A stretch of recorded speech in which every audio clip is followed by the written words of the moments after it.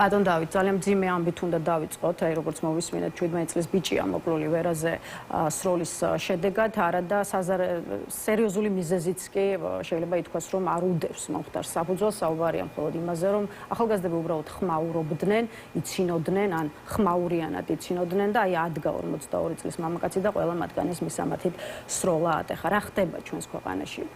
ვის შეიძლება დაბრალდეს ამდენი მკვლელობა სროლის, ამდენი ფაქტი სხვადასხვა ქალაქსა და ქუჩებში და ხშირად დღისით თუ მზისით. კი ბატონო, დანაშაული ყველგან ხდება, დანაშაული ყოველთვის იყო და იქნება, თუმცა დღეს აი თითქოს ძალიან მოხშირებულია კრიმინალური შემთხვევები. ეს შეიძლება იყოს მხოლოდ აღქმა, როგორც ამას ხელისუფლების ცალკეული წარმომადგენელი გვეუბნება, თუ ეს არის ძალიან მძიმე რეალობა, სანამდეც გარკვეული მიზეზების გამო მოვედით და მაშინ რა არის ეს მიზეზები? კიდევ ერთხელ მოგესალმებით და ზედმეტიც კი ალბათ იმის აღნიშნა, რომ ვარ ერთ-ერთი იმათთაგანი ამ ქვეყანაში მცხოვრები, რომელიც შეძრული ვარ გუშინდელი ამბით. ტრაგედია, რომელიც არ შეიძლება ხდებოდეს ქვეყანაში და თუ ხდება, მაშინ ყველანი ვალდებული ვართ, ცოტა უფრო ღრმად შავუფიქრდეთ მართლაც და რა შეასაქმე. და ის ზოგადი ფრაზები, რომელთაც ხელისუფლებები როგორც წესი იმართლებენ ხოლმე თავს, რომ ყველგან ხდება კრიმინალი, ერთი ყველგან არ ხდება ასეთი უბედურებები. და მეორე თუ ხდება, მერე ხდება მის გაანალიზება რა შეასაქმე.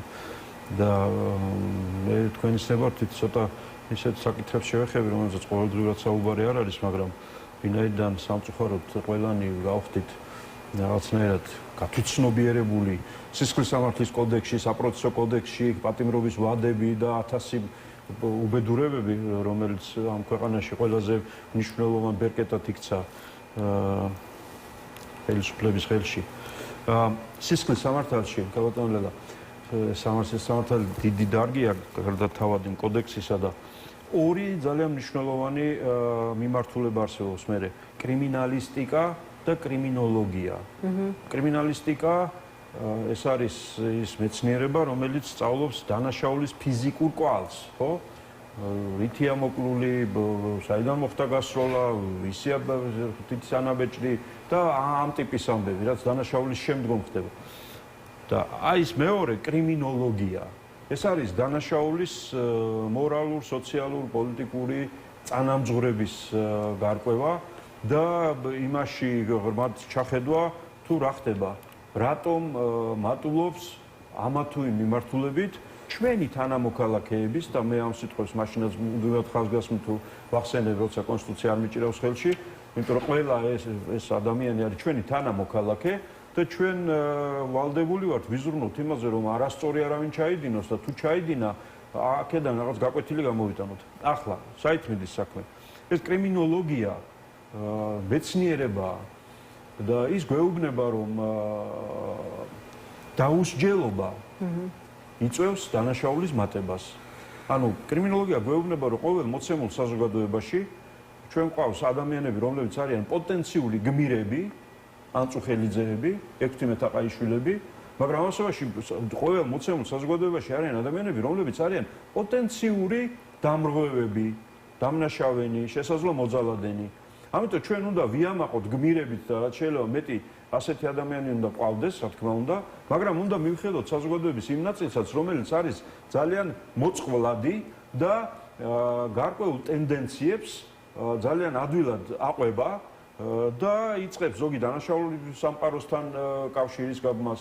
მაგალითად, კანონიერ ქურდებს თუ ებრძვიდა, თავად კანონიერი ქურდივით იქცევი ხელისუფალი, ანუ არჩევ საქმეებს, არაფორმალურად მართავ, ახდენ გავლენას სასამართლო პროცესზე. ის ქურდები სხვა რამეს კი არ აკეთებენ, არაფორმალურად აღასრულებენ მართლმსაჯულებას. ან სჯიან მათ მიერ გამორჩეულ დამნაშავეს. როდესაც ქვეყანაში პოლიტიკურ სფეროში და პოლიტიკურ ცხოვრებაში არის ის მდგომარეობა, რაც არის დღეს, ეს აუცილებლად იწვევს საზოგადოების გარკვეულ ნაწილში იმ ტიპის რაღაც ვნებების, გრძნობების, მიდრეკილებების გაღვივებას, რომელსაც მივყავართ სადამდე? მივყავართ პერსონალურ ანგარიშსწორებებამდე, ვიღაცაც ყვეთს, რომ მე თავად წავალ და ვიღაცა, ვინც არასწორად მომექცა, მას გაუსწორდები, დაუმტრო წყვილპირს. ვიღაცა თulis, რომ აი ვიღაცა მოიქცა ისე, რომ მე არ მომეწონა და აგერ იარაღსაც ავიღებ და გავისვრი. ახლა პირდაპირ ამ მოცემულამდე როცა ძალიან მძიმე წარსულს ახსენებს დღევანდელი ვითარება უკვე არაერთ მოქალაქეს ალბათ თქვენს ირგვლივაც არაერთი ადამიანისგან მოგვისმენიათ რეპლიკა რომ საქართველო ბრუნდება 90-იან წლებში. აი შეგვიძლია დღევანდელი ვითარების გათვალისწინებით ვთქვათ რომ ნაბიჯები გვაქვს უკან წარსულში. მე თლად ასე არ ვიტყოდი, იმიტომ რომ ახლა სხვა ტიპის გაცილებით მძიმე ვითარება გვაქვს. იმიტომ რომ ჩვენ მაშინ ქონდა ჯერ კიდევ აი მშობიარობის პროცესში დაზარალებული, დაზიანებული სახელმწიფო სისტემა. ანუ დამოუკიდებლობის მოპოვების თანავე ქვეყანაში განვითარდა ისეთი მოვლენები, რომელმაც წელიწადსა და 4 თვეში თუ 3 თვეში მიგვიყვანა სამოქალაქო ომამდე. ანუ სახელმწიფო სტრუქტურები და სახელმწიფო ინსტიტუტები დემოკრატიული სახელმწიფოებრების ჩვენ უბრალოდ არ გქონდა. შექმნაც კი ვერ მოესწრო ამისი. ამიტომ მაშინდელი მოვლენები შეიძლება დავაბრალოთ რაღაცაში გაურკვევლობას, სიახლეებს ვერ გაუმკლავდით, ვერ მოვაქციეთ ჩარჩოებში, პოლიტიკური პროცესის ჩარჩოებში, პოლიტიკური განსხვავებები, პოლიტიკური დაპირისპირება. ცხადია იყო რუსეთის ძალიან სერიოზული ჩარევა ამ პროცესებში და შემდეგ. მაგრამ აგერ უკვე თითქმის 40 წლის შემდეგ დღეს ისევ ხედავდეთ რომ თავად სახელმწიფო სტრუქტურები, ინსტიტუტები, პოლიტიკური ლიდერები არიან გამღვივებელი ბრაზის, ბოღმის, ანგარიშწორების, მოუთმენლობის, ვიღაც ადამიანების ზედმეტად გამოცხადების, ვიღაც ადამიანების ასე ვთქვათ სახელმწიფოს მფარველობის მიღმა დატოვების. ეს არის პრობლემა და პრობლემის სათავე. როდესაც 100,000-ობით ადამიანი გამოცხადებულია სახელმწიფოს მტრად ან სახელმწიფოს მტრების ხელშემწყობებად. ეს რას ნიშნავს? ის უბსკრული საზოგადოებაში, რომელიც არის პოლიტიკური მართველი ელიტის მიერ გაზრდილი და არა შემცირებული, ეს უბსკრული არსებობდა წინა ხელისუფლების დროსაც და იმ წინა ხელისუფლებას უარი ვინც უთხრა, იმიტომ უთხრა, რომ ეს პრობლემები მოგვარებულიყო. ასეთ ვითარებაში გავტანელა ეს ძალიან მნიშვნელოვანი თემაა. აი იცით შეიძლება ეს შედარება ცოტა ისეთ იყოს, მაგრამ ეხლა ისეთი ვითარება ყველა შედარება მე მგონი მისაღებია თუ კი სათქმელს უკეთ გამოხატავს. აი საბავშვო ბაღში ან ოჯახში ბავშვის მომავალ ქცევებზე, ხასიათზე, რა ტიპის ადამიანი დადგება, რა ღირებულებები ექნება, ამაზე ხომ გადამწყვეტ გავლენას ახდენს მშობელი, პედაგოგი, ის გარემო, სადაც ბავშვი იზრდება. არანაკლებ დამაზიანებელია საზოგადოებისთვის ისეთი ხელისუფლება, რომელიც კანონს იყენებს საკუთარი პოლიტიკური კეთილდღეობისთვის და არა ყველას უფლებების დასაცავად. ასეთ ვითარებაში ერთ მხარესაც და მეორე მხარესაც და ამას პოლიტიკური ის არ გააჩნია, რომ ესე იმის მომხრეები ასეთები ხდებიან და ამის მომხრეები ისეთები ხდებიან. საზოგადოებაში დათესილია იმ ტიპის მაგალითები და სტანდარტები, პარლამენტის წევრები თუ გამოვლენ და იტყვიან რომ იცი რა, იმან რაღაცა ცუდი თქვა, ამიტომ მე წავედი და დავარტყი და ესე იგი ბევრი ვიყავი და მოვერიე და ვცემე და აბა რა უნდა გვექნა. ამას თუ იტყვის პარლამენტის წევრი, მე მივიღებთ რაღაცა ისეც, რაც ვნახეთ კახეთის სასტუმროში. დავით, კი, აი რადგან ბრაზის და ანგარიშწორების წამქეზებლად ხელისუფლებას ასახელებთ და ამბობთ, რომ კანონებს ის პირადი პოლიტიკური ინტერესებისთვის იყენებს, აი რამდენიმე კონკრეტული შემთხვევის შესახებ მინდა ახლა ვისაუბროთ და აი მაგალითად გითხარით, რა სახელი უნდა დაერქვას, ყველაზე ახალი ამბავია და ამიტომ ამით დავიწყოთ, უკვე ფიზიკური ძალადობის ისეთ შემთხვევას, რომელსაც გუშინ ღამით ჰქონდა ადგილი იუმორისტ ონისე ოქრიაშვილის მიმართ და ისევ აი ამ კრიმინალური ქრონიკის თემაში ვჯდებით. აღმოჩნდა, რომ ონისეს ნოდარ დუმბაძე მოუხსენიებია შეურაცხყოფელ კონტექსტში, რაც ადამიანთა გარკვეულ ჯგუფს არ მოეწონა, მისი ნათქვამის გამო ამ ადამიანის მიმართ ჯერ სოციალურ ქსელში აგორდა, ასე ვთქვათ, შავი კამპანია, საბოლოოდ კი, როგორც იუმორისტი ამბობს, ჩაუსაფრდნენ და ფიზიკურად გაუსწორდნენ. სხვა შორის თავად ნოდარ დუმბაძის შვილიშვილი ასე ეხმაურება მომხდარს და ამასაც ვეტყვი მაყურებლებს ვიდრე კითხვას დაგისვავთ, ბაბუაჩემის სახელით ადამიანის ცემა ან პროვოკატორის ნახელავი უნდა იყოს, ან იდიოტისო ამბობს ნოდარ თოფურიძე. აი მართლაც რამდენად შეიძლება ძალადობა გამართლდეს ვიღაცის ღირსების დაცვის სახელით და საერთო ჯამში რა შეფასების გაკეთების საფუძველს იძლევა ის, რაც ამ ადამიანთან მიმართებაში ვიხილ. ისევ და ისევ, ცხადია, პასუხისმგებლობა ინდივიდუალურია, ყველას, იმიტომ გვაბია თავი და ასე ვთქვათ, გვაქვს რაღაცა სტატუსი, რომ ვართ მოქალაქე და სრულფასოვანი და განსჯის უნარი და საკუთარ ქმედებებზე კონტროლის და არ ვიცი პასუხისმგებლობის უნარი, რომ ყველამ თავად უნდა აგოს პასუხი. ამ უმსგავსობის ჩამდენმა პერსონალურად ეს ადამიანია პასუხისმგებელი. ამასობაში მე ისევ იმ თემას უბრუნდები. ამ ფაქტის შემდეგაც კი ხელისუფლების წარმომადგენლები არ მინდა ისევ გვარები და რაღაცები, ამ გვარებმა შეიწირა ეს ქვეყანა, იმიტომ რომ გვარებში არ არის საქმე, მოვლენებშია საქმე. რა მნიშვნელობა რა გვარის ადამიანმა, ხელისუფლების წარმომადგენელმა დღეს გამოგვიცხადა. რომ იცით რა, ხო და ხალხო ცოტა ფრთხილად იყავით. თუ ესე იგი შეურაცხყოფას მიაყენებთ და ჩამოთვალა ხუმრობაც არა, ხუმრობაში არ იცოდე რაზე ხუმრობ, ხო? ამ მესიჯს გულს. თუ ვიღაცებს შეურაცხყოფას, რა თქმა უნდა, ცემა ცუდი ამბავია, მაგრამ და აი ამ მაგრამშია საქმე. რომ ზათიყავით რომ საზოგადოებამ შეიძლება ამაზე პასუხი გაგცეთ და ასე. ამ ფაქტის შემდეგაც კი ხელისუფლების წარმომადგენლების მხრიდან ხდება წახალისება ამგვარი მოქმედებების და არა ცალსახა და ყოველგვარი მაგრამ და რაღაცა წერტილმძიმეების გარეშე დაგმობა. პრობლემა ამაშია. და ამასობაში უყურეთ როგორ არის საქმე. ესე იგი, თუ ვიღაცეებიო შეურაცხყოფთ და აი ამათ ღირსებას ჩამოთვალა რაღაცები. ხო, ბატონო, აი მოკლე ამონარიცაც წაუკითხა მაყურებლებს, წარმოგვიდგენა რომ კონდეთ კონკრეტულად რა, ესე ვთქვათ, პოზიციაზეა საუბარი, იმდენი შეგნება თუ არ გაქვს, რომ არ იხუმრო არც ეკლესიაზე, არც პატრიარქზე, არც მწერლებზე, მაშინ ვეღარ დაგიცავს პოლიციაო, ასეთია მოკლედ უმრავლესობის ერთ-ერთი წარმოადგენლის თქმელს შეეშალა? ნუ გაიც რა როგორ ხდება რომ სულ ეშლება? ან როგორ ხდება რომ მის ყველა კოლეგას ეშლება? ან თუ მას შეეშალა, როგორ არავინ ჩდება იქ რომ თქვას რომ არა, ეს ასე არ არის. და თავარი კიდე რა არის? უყურეთ, გადავაბათ ეს თემა. აი პოლიტიკურ უსწრებლებზე რო საუბრობ და საკუთარ პოლიტიკურ ინტერესს რო წირავს ქვეყანას, მორალს, ნეობას, მომავალს, წარსულს და ყველაფერს. მოდარ დუმბაზე კი არ აინტერესებთ ამ ხალხს. აქ უყურეთ რა შეესაქმე. ვის მიმართ განხორციელდა ეს? ადამიანის მიმართ, რომელიც აპროტესტებდა და აპროტესტებს ძალიან ბევრ რამეს, რაც მას არ მოწონს. ამასობაში ვინ არის, ვისი ღირსება უნდა იყოს დაცული, ამის სიასაც გვიდგენს თავად ხელისუფლება.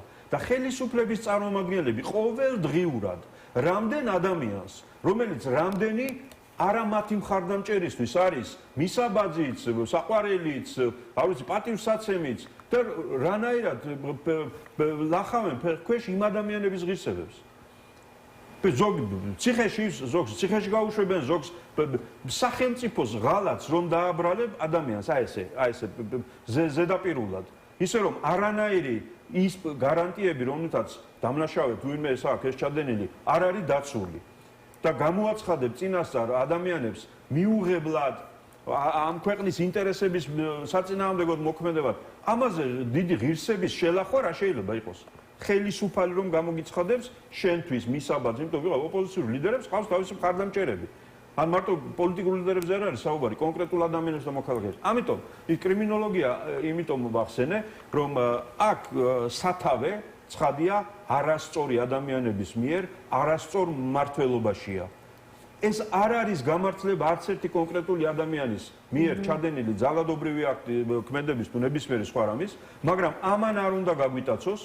არც იმაზე უნდა ვიფიქროთ, რომ ჩვენ კიდე ახლა ვინც ეს ძალადობა ჩაიდინა, მოდი ის რაც შეიძლება სწრაფმა ისე დაისაჯოს და ასე და თითქოს პრობლემა იქ არის. არა, პრობლემა სადაც არის, იმას უნდა მივხედოთ. და კიდევ ერთი ძალიან არაპოპულარული რამეს ვიტყვი უკვე საზოგადოების იმ ნაწილში, ვინც ამ უმსგავსობას ვერც იტანს, არც ეგუება და ებრძვის, რაც ხელისუფლების მხრიდან მოდის, რომ ხშირია, როდესაც აქეთ ამ მხრიდან ჩვენს რაღაცნაირად ცდუნებას ავყვებით ხოლმე. აი იმან ხომ ამდენი იკადრა, ხო და მე კიდე აქედან ასე ვუპასუხებ. ან მე კიდე ასე შევაფასებ. ღირსება და კაცობრიობა მაშინ გახდა სამართლიანი, კეთილდღეობა მაშინ მოიპოვა, მდიდარი გახდა, უსაფრთხო გახდა, არ ვიცი, ბედნიერებას მიაღწია ყველამ საზოგადოებაში. მაშინ, როდესაც გავიაზრეთ და გავითავისეთ. მე კაცობრიობაზე ვლაპარაკობ, მეტარი ვიყოთ ამ კაცობრიობის ნაწილი, რომ ღირსება ეს არის წარუვალი უფლება და არის დანაშაულები, რომელსაც არ აქვს ვადა, აი ხანდაზმულობის ვადა და დანაშაულია, მაგალითად პატიმრის წამება. რა შეასაქმე, რატოა ეს დანაშაული აყვანილი სადღაც ძალიან მაღალ კატეგორიაში? იმიტომ რომ ადამიანი, რომელიც სახელმწიფოს კონტროლქვეშაა, სახელმწიფოს ყავს გამოწვეული კონკრეტულ ციხეში, მაშინ სახელმწიფო ხდება ვალდებული ამ ადამიანის ღირსება არ შეილახოს, არც შიმშილით, არც სიცივით, არც წამებით. იმიტომ რომ ღირსება აქვს ყველას, სანამ ადამიანი ადამიანია.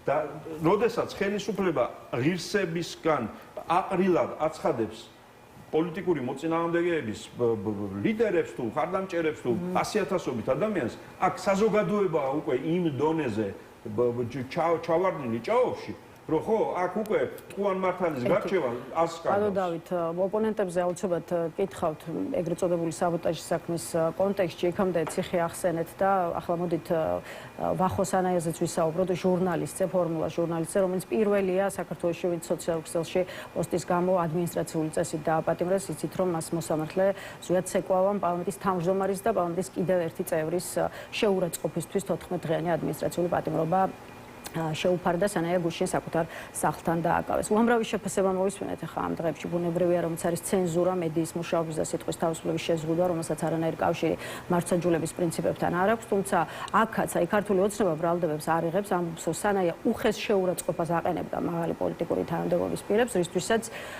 პასუხი კანონის შესაბამისად უნდა აგოს. ეს ადამიანი ფორმალურადაც კი არ მოქმედებდა როგორც ჟურნალისტი და ის მოქმედებდა როგორც პოლიტიკური და არტეული აქტივისტი, აი მაგალითად უშუალოდ ირაკლი კობახიძე გამოეხმაურა ასე ვახოს ანაიას დაკავებასთან დაკავშირებულ აჟიოტაჟს. გითხარით თქვენი პოზიცია სიძულვილის ენის წინააღმდეგ ბრძოლა თუ ცენზურა, სიტყვის თავისუფლების შეზღუდვა და დაშინება. აი რა ჭრილში უნდა დავინახოთ Facebook პოსტის გამო პირველი ადმინისტრაციული პატიმრობა.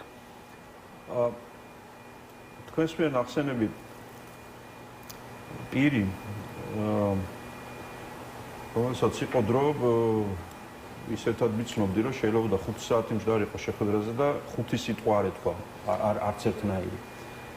დღეს სწორედ იმითია გამორჩეული რომ აშკარა პრეტენდენტია აი ქართული უახლესი პოლიტიკური ისტორიის განმავლობაში რა არ გვინახავს როგორნაირი მოქმედი თუ მეტყველი ხალხი არ გვინახავს რომ აშკარა პრეტენდენტია იმისა რომ დაიკავოს მე-20 და 21 საუკუნის სანამ ვიქნებით პრიზი სიძულვილის გამრუიებლის როგორც ინტენსივობით ისე ხარისხით. ირაკლი კობახიძეს გულისხმობ თუ შალვა პაპუაშვილს, იმიტომ რომ რამდენიმე სახელი და გვარი ვახსენე ამ კითხვის დასმის. ამ შემთხვევაში ჯერ კობახიძეს გულისხმობ, მაგრამ პაპუაშვილი მე მგონი სხვა პრიზსაც დაიკავებს, მაგრამ მიმართულებთ. ანუ თავარი თემა რა არის, იცით? აი ხელისუფლებაში მოსულ ადამიანს, ჩემი აზრით და მგონია არ ვწევი. ეკისრება განსაკუთრებული პასუხისმგებლობა. იმიტომ რომ ეს არის ქვეყნის პირველი პირი, ქვეყნის ლიდერი, საზოგადოების წარმომადგენელი და პასუხისმგებელი უამრავ რამეზე. და ნომერი პირველი საკითხი და თემა ზნეობრივი მორალური სტანდარტების დამკვიდრება და სწორედაც რომ როგორ უნდა მოუარო სიტყვას, როგორ უნდა თქვა სათქმელი ისე რომ კაფიო იყო და პრინციპული იყო, მაგრამ არავინ და არაფერი არ შეურაცხო, არც დააკნინო, არც გადარიო და ასე შემდეგ. ანუ ეს ადამიანები სწორედ თუ კი ვინმე აღვივებს თესავს სიძულვილს, შეუწყნარებლობას, მიუღებლობას საქართველოს მოქალაქეებს შორის, საქართველოსა და უცხოელ მოქალაქეებს თუ ელჩებს თუ არ ვიცი საზოგადოებებს შორის და შემდეგ არის ეს ხალხი. ახლა სწორედ ამ ხალხმა ესე იგი მწვერვალები დაიპყრო ასევე კანონების საკუთარ თავზე მორგების. შეხედეთ რა შესაქმე. თქვენს და ტელემაყურებელსაც იშვიათი ალბათ მოქალაქეებსაც არ გაუგონია და არ იცის რაც შეავს აი თმენის ვალდებულება. რომ პოლიტიკოსებსო და მაღალი თანამდებობის პირებსო და უნდა გქონდეთ თმენის ვალდებულება. იმიტომ რომ აი ეგ ვალდებულება მეორე მხარეს არ არის დავით, აი ოპოზიციის სპექტრს და სამოქალაქო. ამაზე გეუბნებით. ეს კონცეფცია ამბობს რას? რომ რაც უფრო მაღალი ხარ თანამდებობაზე ვიღაცა, მით უფრო მეტის ატანა და მოთმენა გევალება, იმიტომ რომ მოქალაქე, რომელსაც შენ მართავ, რომლის სახელითაც და რომლის გასავრცელებთან კანონს იღებ, გადაწყვეტილებას იღებ და შემდეგ ის მოქალაქეს უფლებამოსილია შენ გაგაკრიტიკოს. შენ კითხვები დაგისვას. შესაძლოა არასწორად გაგაკრიტიკოს, იმიტომ რომ მან ყველაფერი არ იცის. და შენ ამაზე უნდა უპასუხო, უნდა მოითმინო, უნდა აიტანო და ასე შემდეგ. თუ ეს არ შეგიძლია, შენ იყავი ქვევით მაშინ მოქალაქე და სხვა იქნება იქ. ახლა ამათ რა კანონი მიიღეს უყურეთ? რომ იმას რო ეწოდებინა სანაიასთვის იგივე რამ, რაც სანაიამ თქვაო და იქ რა ჩახლართულად თქვა სანაიას. ეს არაფერი, იმიტომ რომ სანაი არ არის პოლიტიკური თანამდებობის პირი. მაგრამ თუ ამან თქვა მაღალი რანგის პოლიტიკურ თანამდებობის პირზე, მაშინ ის მეტად არის დაცული და მის მიმართ ნათქვამი ეს სიტყვა 14-დღიან პატიმრობას ითვალისწინებს. ახლა უყურეთ. ლაპარაკია 300-იან სიტყვაზეო, როგორც მე გავიგე. ახლა ხელისუფლების წარმომადგენლების მხრიდან საკუთარი ოფისებიდან, განსაკუთრებით როსტომის სასახლის მე-4-მე-5 სართული იყო ცნობილი ამისთვის. იქიდან გადმომდგარი პოლიტიკური ლიდერები, როცა სხვა პირველი შიგნით იდგნენ და ტარს უკრავდნენ ამას. რამდენ ან 300-იან, ან 400-იან, ან 800-იან, ან 7 სიტყვიან, ან 9 წინადადებიან ამ დაგვარ ფრაზებს აფრქვევდნენ მთელი შეკრებილი საზოგადოების მიმართ. და ეს არის, ესე იგი, ამ მტრების მეორე ხარისხოვანი ადამიანების მიმართ სწორი საქციელი, ხოლო თუ ვინმე სხვა ჩაიდინა ეს, რაც თავისთავად ტაშის დასაკვირველი და მისასალმებელი კი არ არის. აქ ლაპარაკი იმაზეა, 14 დღე პატიმრობა, მაგრამ მოდი ერთი რამე ვთქვათ და რას მიაღწიეს ამით? მე ვარ იმ ადამიანთა შორის, რომელსაც სანაიას ეს განცხადება თუ სტატუსი თუ გამოთქმა არ გამიგონია, არ შემიმჩნევია და რაღაც ასე მოხდა. არ ამგონია მარტო ყოფილიყავი მე.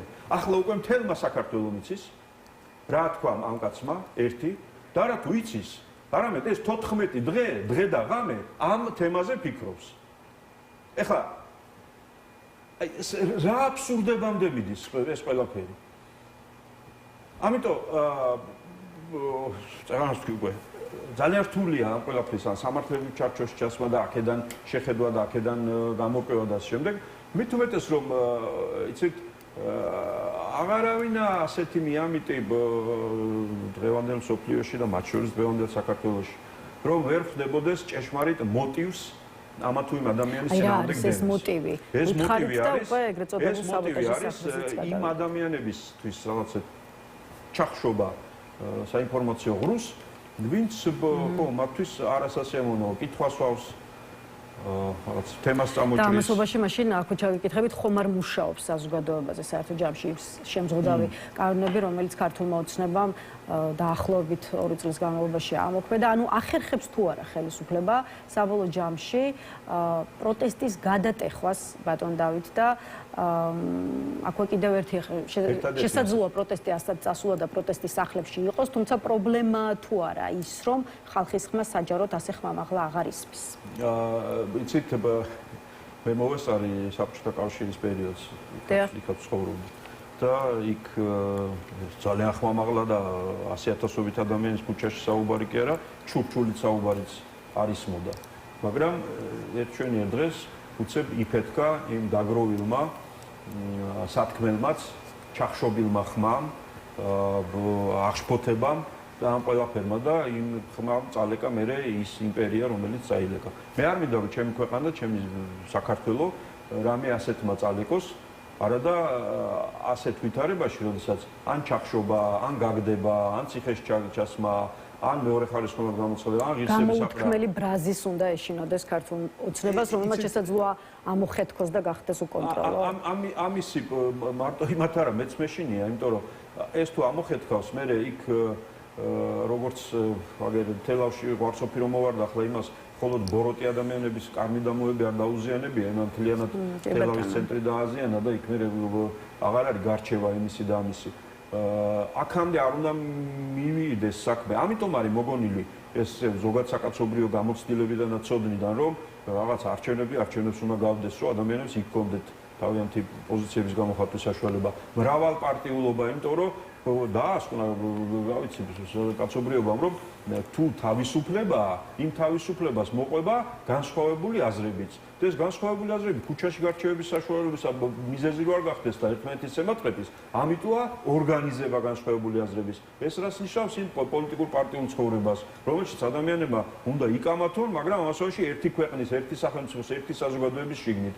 მერე თუ ვინმე გაიმარჯვებს არჩევნებში, იმაში კი არ გაიმარჯვა რაღაცა კლავჭიჩში, რომ ეხლა დამარცხებულს უნდა უთხრას მთელი ცხოვრება ამის მერე. არა, მან მიიღო პრივილეგია და უფლება მთელი ქვეყანა მართოს, დამარცხებულიც, გამარჯვებულიც.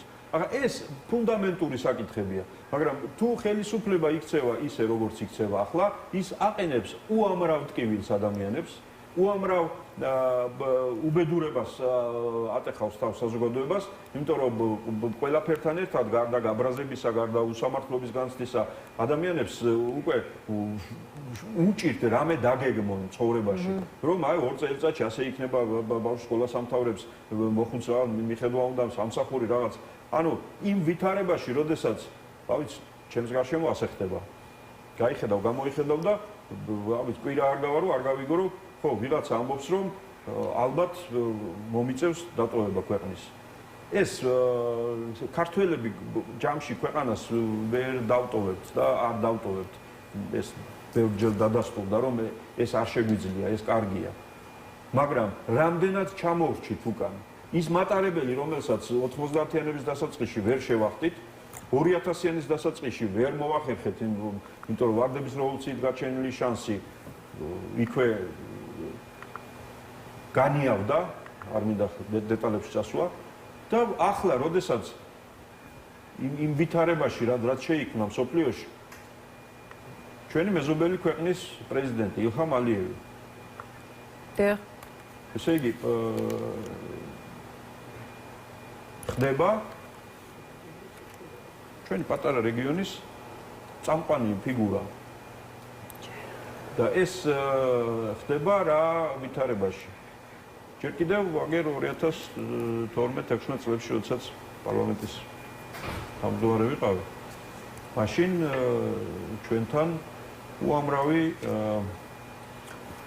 უამრავჯერ ელჩის დონეზე, მინისტრების დონეზე, თავად ხელმძღვანელობის დონეზე იყო თხოვნები, რომ ჩვენ გვეშუამდგომლა ევროპულ სტრუქტურებთან, წამყვან სახელმწიფოებთან, ძალიან ბევრ საკითხზე, რაც მათთვის მნიშვნელოვანი იყო.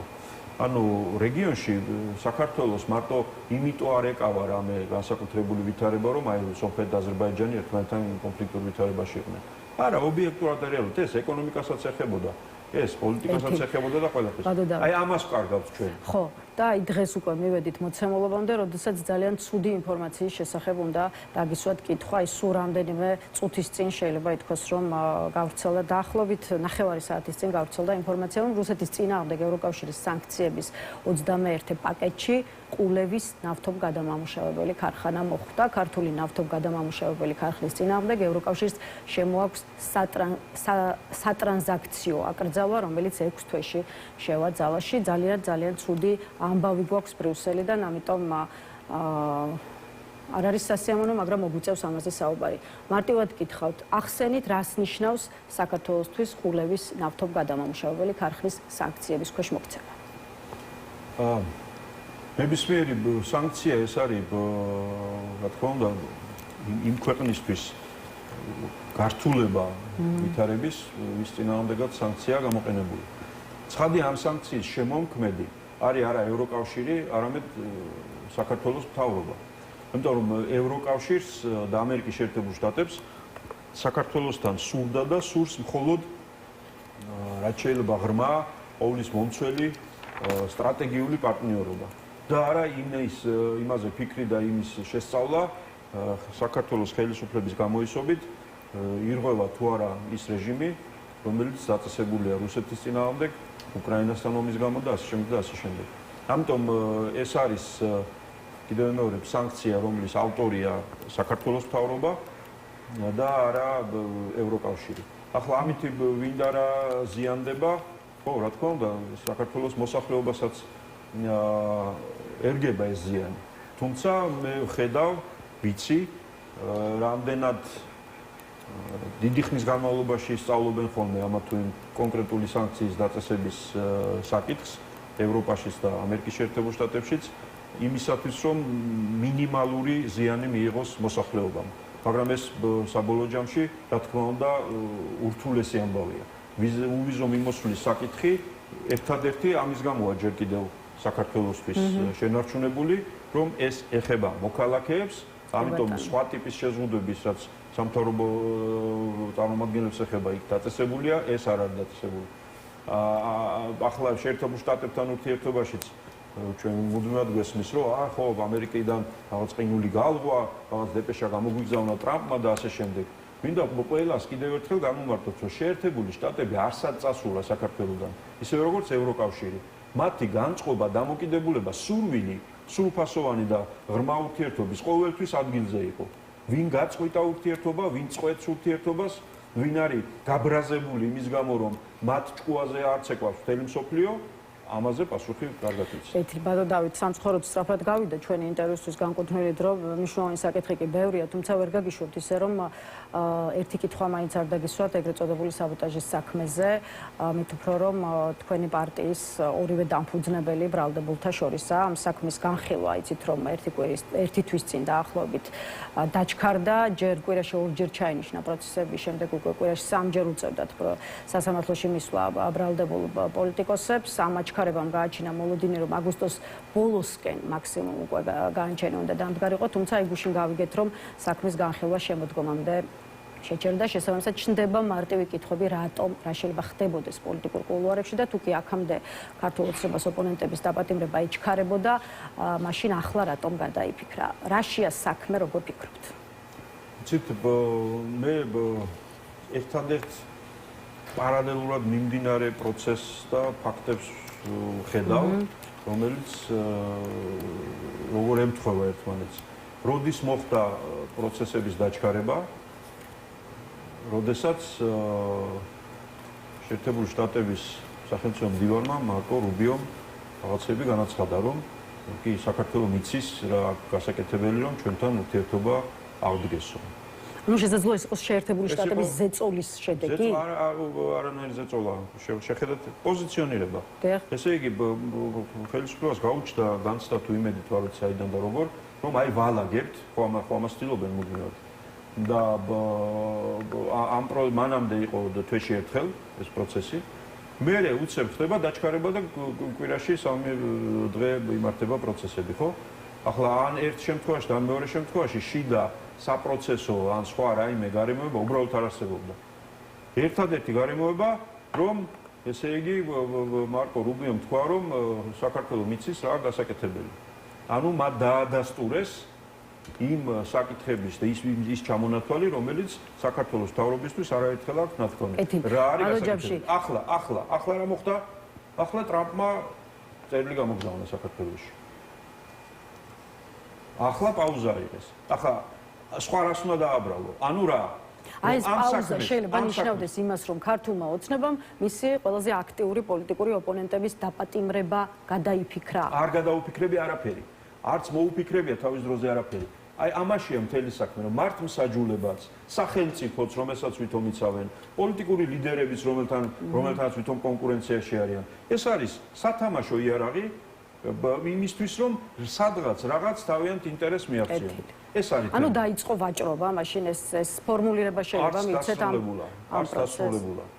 არც დასრულებულა და ეს საქმე სხვათა შორის ისევ და ისევ წარვანერთი პრიზიორი ვახსენე ის რაღაც მომავალი პრიზის სიძულვილის გამღვივებლის მე-21 საუკუნის საქართველოში და ეს საქმე შევა ასევე სამეულში აი წარმოუდგენელი შეკერილი საქმეების რომელსაც გარდა პოლიტიკური სარჩულისა სხვა არანაირი საფუძველი არ გააჩნდა.